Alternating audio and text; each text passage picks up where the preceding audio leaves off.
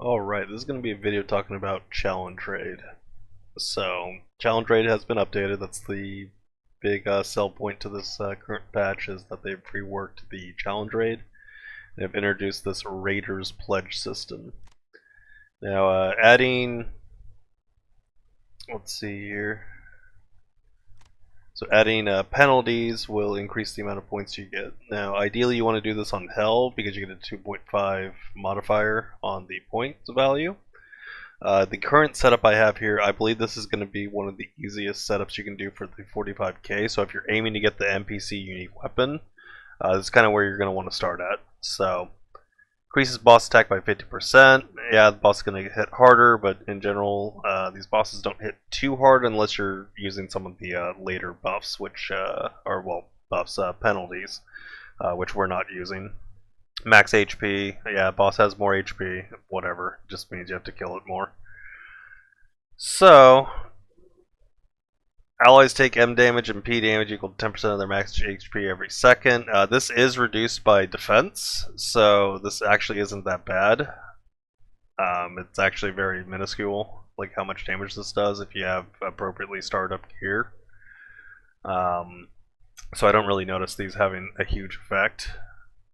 Reduce damage of allies that are melee by 30%, range heroes by 30%. Like if you're stacking up all these damage reduction or dealing less damage stuff, you definitely notice the dealing less damage. But if you're going for max score, you kind of have to have those on, obviously. These 30% is not a huge reduction, so it's not a huge deal. It says it reduces damage dealt to enemies, so I think this may be on the same layer as like the TM gear, so like 2595's the stacking 3x12. So you'll reduce on that, but then you'll compensate over it. So the damage loss will not exactly be 30%. In fact, in some cases, it may be less. Reduce heal rate of allies by 80%. This isn't too big a deal because usually you can heal so much. Like if you have like invested supports, like your healing's like really strong anyways, so that's not really a huge negative. Now this is the gimmick with this setup I have. So this is exactly 45k. We have the reduced P damage is not taken, so basically we'll do 5 times damage compared to not having that on. And if you're using a magic DPS, then you just switch those, and then it's still 45. So it doesn't matter which one, but you want to keep one of those off, so that way you're still doing a lot of damage. Reduces attack of all allies by 3% periodically. This does stack, but it is cleansable. So as long as you have a party cleanse that's cleansing, periodically, this actually isn't that big of a debuff. Reduced duration of CC effects on the boss by 50%. So this just makes it harder to knock down the boss. Several of the bosses aren't specifically targeted to be knocked down, so it's not too big of a deal. And some of them are conditional knockdowns where they only fall down after certain conditions are met. So that's actually, again, not a significant issue. Or just like Calyx, who literally can't be knocked down, or well, probably can be, but the amount of CC that would be required is basically not viable. Increase ally or all crit resist of the boss by 500. You can compensate this fairly easily. There are crit resist removing characters. Lateral removes 300 just right out the gate, so then you just have to compensate an extra 200. You can run Klaus with UT2 if you're on physical side because he reduces P crit resist by 500 with his UT2. So easy ways to get around that. Periodically increase attack of the boss by 3%. This is also dispellable. So just as long as you have a dispel that's going off every once in a while, the boss's attack really won't stack up that much. Now this is where things get a little tricky. So boss heals own HP by 2.5% and max HP every second. And then in combination with boss periodically dispels negative effects on self. So what happens here is that every 10 seconds he'll cleanse all debuffs, and on that exact frame that he cleanses the debuffs, he'll recover 2.5% of his max HP.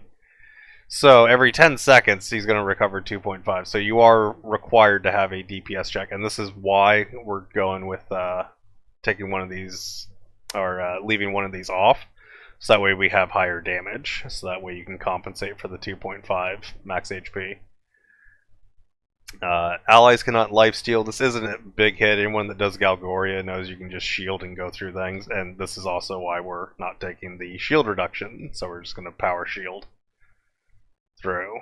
Allies of the all attacks of the boss ignore damage reduction effects. So this is like toughness, your mask, monster hunting, any non-hero damage reduction. This isn't too big of a deal, in my opinion. You can still tank through pretty much everything, even with this on. It's not as bad as the boss ignores defense, and of course taking both is very, very scary.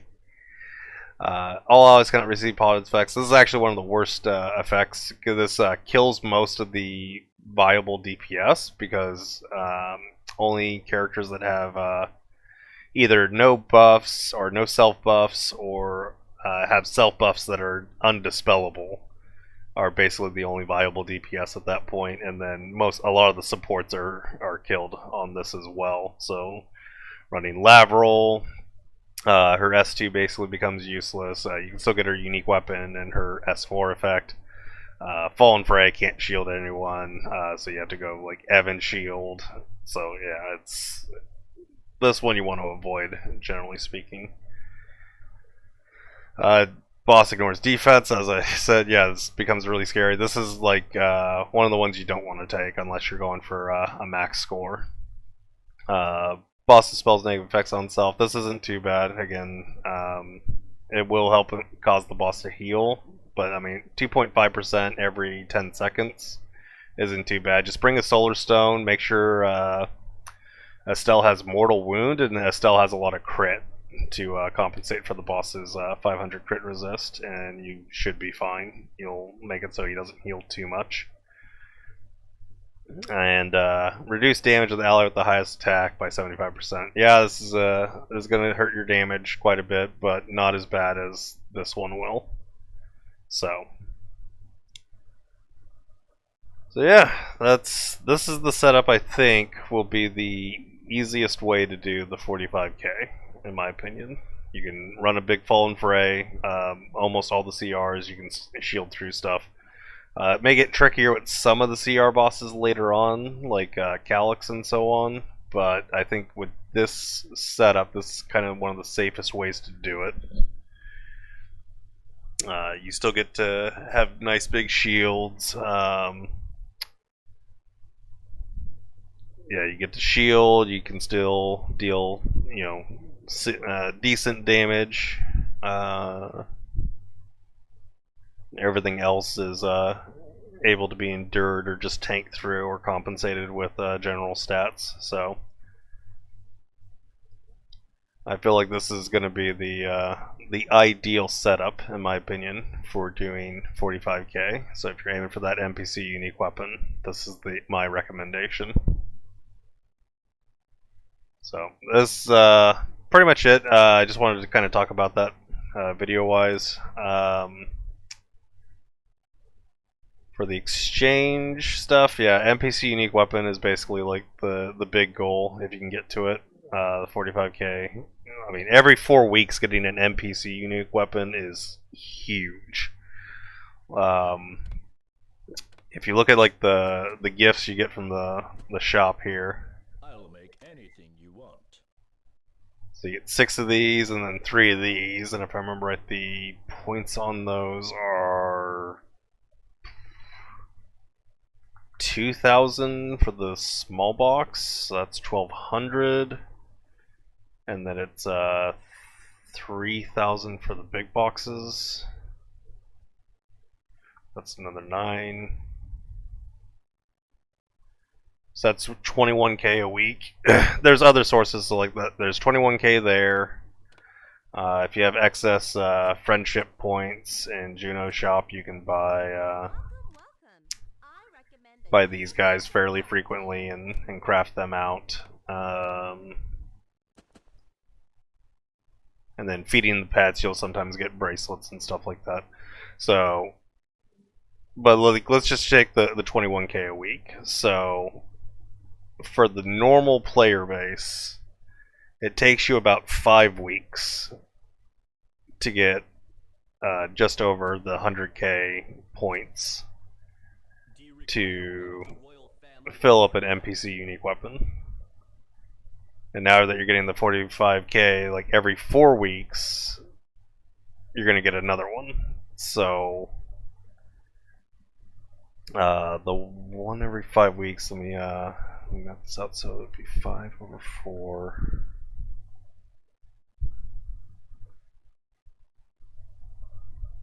Or 4 over 5 actually.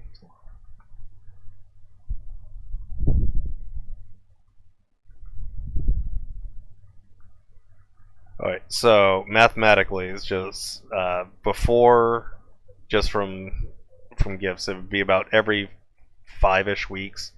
With some freebies and stuff, you might be able to edge it down to 4. So you're gonna go from 1 NPC unique weapon every 5 weeks to approximately 2.25. So they basically just doubled our ability to build NPC heroes, which I think is good. NPC heroes being as gated as they are has always been a problem for balance and income. Or, well, I say income as in player resource income. It's always been a bit of a problem. Hannes is a bit easier if you do the wargame chest. You can actually build her fairly quickly in comparison to the others. Yeah, I think it's like you can do like a Hannes unique weapon like every 2 weeks or something like that. So between the gift boxes and then also using your Guild War points towards the packages, so you can build Hannes quick. Now, of course, taking Hannes boxes means you're not getting soul weapon frags or artifact tickets or whatever else you would want to get from the Guild War shop. But no, like these rewards are pretty good. The solo shop, I took a look at it earlier. Let me pull it up.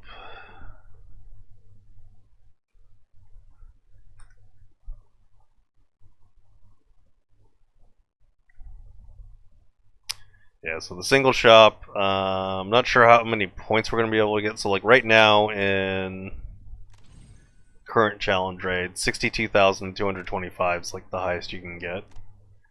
Which, if you're getting the NPC unique weapon, that's 45k of it gone. So you're only gonna have like 15k to really buy like a unique weapon, unique treasure, or buy like 10 of the reforges, or well 11 because you'll have a little extra, or 11 soul rearranges, or like a couple techno magic skill roll. So yeah, you're not gonna have too many points, and the points don't carry over, which little unfortunate. But I guess that forces players to have to, if they want that NPC unique weapon, they really got to earn it. So that's where this video comes in, just giving you an idea of how to do a 45k. That's not too difficult. The solo, you can get random unique weapons, random unique treasures, random soulstone tickets. That's probably going to be the big one to want to get, is the random soul tickets. There is a unique gear ticket, but it's like getting a unique weapon, unique treasures aren't too hard, so I don't think that's a big reward there. I think just getting the random soulstone tickets and then like getting more reforged tickets or soul weapon rearranged tickets would probably be better. Just my opinion. Players, of course, can make their own decisions on what to use their resource incomes on. But I'm gonna leave it here. That's the end of the video. Just wanted to explain how to get a 45k on the challenge raids currently. I will be working on that as far as comparing different buffs and debuffs and like how to get a easier 45k. The setup I had there in that previous screen at the start of the video, I think that's going to be one of the easiest ways to do it for the majority of the player base. Some alterations can be made depending on comp or what heroes you're running. So that's it. Take care, everybody. Enjoy the new challenge raid. Amazingly, Vespa did not screw it up. They That was one of my big fears, was they were going to make challenge raid just garbage. So